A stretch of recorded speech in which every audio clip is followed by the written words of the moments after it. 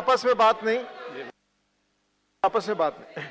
Now honourable minister reply. आदरणीय उपसभापति महोदय,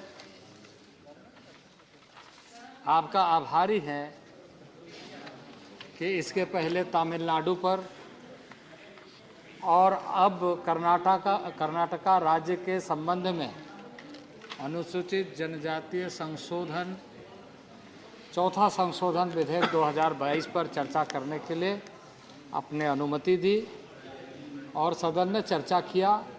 काफ़ी माननीय सदस्यों ने इस चर्चा में भाग लिया। मैं उन सारे लोगों का आभार व्यक्त करता हूँ। पर मुझे आश्चर्य है उपसभापति महोदय कि इस देश के सर्वोच्च सदन में आज उन आदिवासियों से संबंधित चर्चा हो रही है जो लिस्ट ऑफ बिजनेस में है, कर्नाटका से संबंधित, तमिलनाडु से संबंधित, नीलगिरी पहाड़ियों में रहने वाले लोगों से संबंधित, पर हमारे प्रमुख विपक्षी दल के लोग नहीं हैं।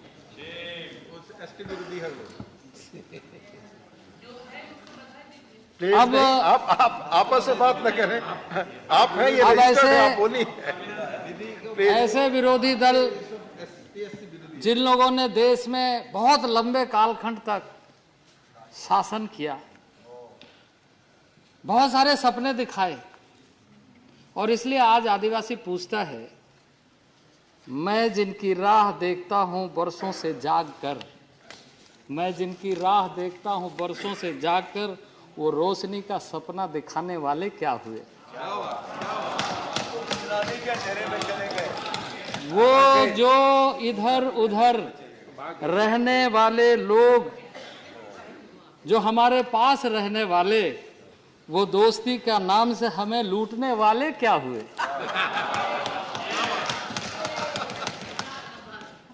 और आज विरोध करके निकल गए। लिस्ट ऑफ बिजनेस में जब ट्राइबल्स का मामला आता है तो इसी तरीके से लोग करते हैं। ओपोजिशन नहीं है, उनकी बात आती तो और अच्छा लगता। कुछ माननीय सदस्य है, अपनी बातों को कहा है, बिल से संबंधित भी और बिल से हटके भी। बिल से हटके अगर कहना है तो दिल से कहिए, और नहीं तो बिल पर कहिए। इसलिए ये जो कर्नाटका का जो विषय है, इसकी भी आबादी बहुत कम है। काडू कुर्बा, बेटा कुर्बा। काडू कुर्बा लिस्टेड है, बेटा कुर्बा लिस्टेड नहीं था, जिसको आज इस सदन में लाकर चर्चा करके सरकार अपने दृढ़ इच्छा शक्ति का परिचय देते हुए नरेंद्र भाई मोदी के नेतृत्व में उन सारे बेटा कुर्बा को न्याय देने जा रहा है।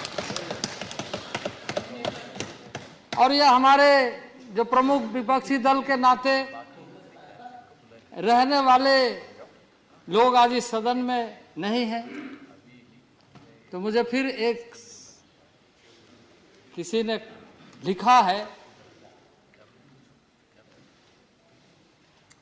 कि तेरे मुखालफत से मेरी शख्सियत संवरती है, मैं अपने विरोधियों का एहतराम करता हूं।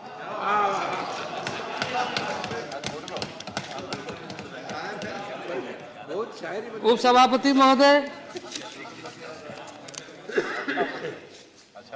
उपसभापति महोदय, मैं कल भी, क्योंकि लोकसभा और राज्यसभा में दोनों सदन में इन सारे विषयों पर गंभीरता से चर्चा हो रही है, और सारे राज्यों के प्रति, राज्य के रहने वाले उन लोगों के प्रति जो अपने सांस्कृतिक विरासत को लेकर लोकतंत्र पर विश्वास करते हुए अपना जीवन जिया है, उसे न्याय मिले, इसका प्रयत्न जारी है। और राज्यवार, इसीलिए कर्मवार। कुछ माननीय सदस्य ने कुछ इस तरह का प्रश्न उठाया कि एक कॉम्प्रिहेंसिव प्रपोजल या प्रस्ताव आना चाहिए सारे राज्यों का मिलाकर। तो मैं माननीय वैसे सदस्यों को इस सदन में कहना चाहता हूं कि माननीय नरेंद्र भाई मोदी एक एक को चुन कर कैसे संभालना चाहिए, उसको दिखाने का काम इस सदन के माध्यम से देश को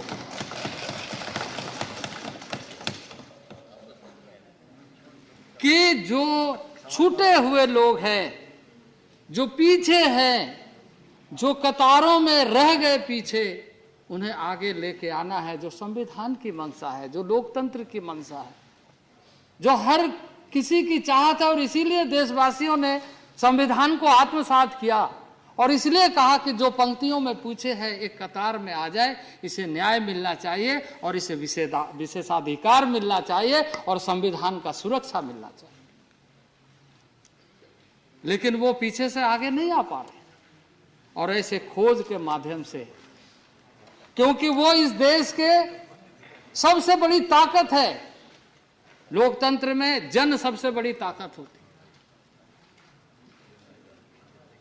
वो ताकत हीरे के रूप में है, क्योंकि वो अपने संस्कृति विरासत को लेकर, अपनी पहचान को लेकर मरने मिटने वाले। आजादी के संघर्षों में यदि आदिवासी इतिहास को देखा जाए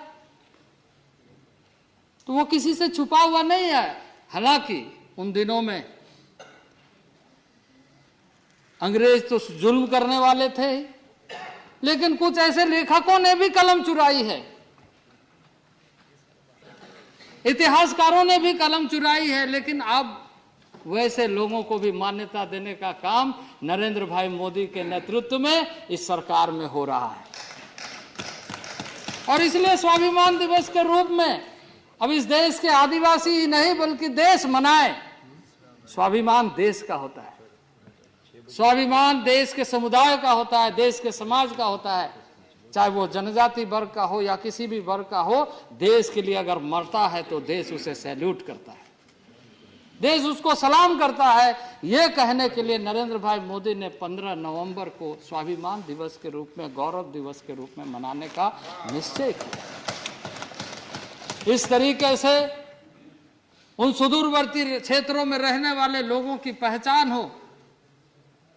मैं तमिलनाडु के चर्चा के क्रम में इस बात को कहा और फिर से मैं बल देना चाहता हूं कि नए एजुकेशन पॉलिसी में इस देश के तमाम डायलेक्ट को, तमाम लैंग्वेज को, जो ट्राइबल आदिकाल से आप जाएंगे नागालैंड के पहाड़ी में, 16 पहाड़ों में 16 भाषाएं हैं।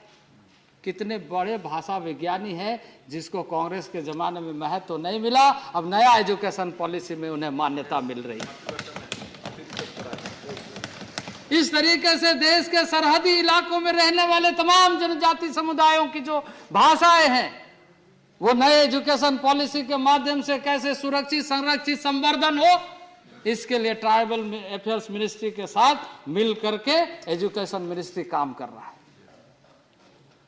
तमाम मंत्रालयों के साथ मिल करके उनके मौलिक अधिकारों से लेकर विकासात्मक योजनाओं को कैसे नीचे धरातल तक पहुंचाया जाए, इस बात का उदाहरण है कि नल का जल हर घर में पहुंचे। आप जानते इस देश में संपदा की बात हो, प्रकृति की बात हो, तो उन जंगलों की बात होती है, उन पहाड़ों की बात। आज जितनी भी नदियां निकलती है समतल से नहीं निकलती, पहाड़ों से निकलती है, स्रोत निकलती है।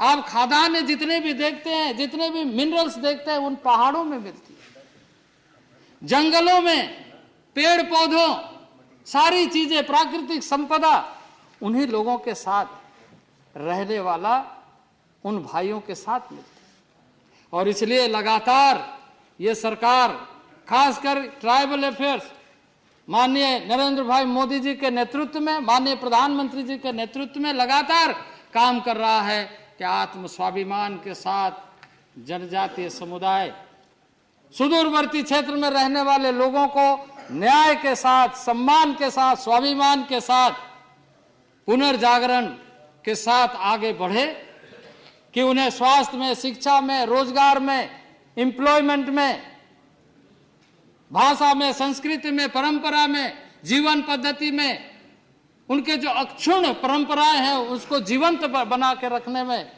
हम जो भी कर सकते हैं मिल करके करें। और इसी कड़ी में आज उसे न्याय देने के लिए बेटा कुर्बा का प्रस्ताव इस सदन में लाया गया है। उपसभापति महोदय, मैं सदन से आग्रह करता हूं कि इस प्रस्ताव को पारित किया जाए। धन्यवाद।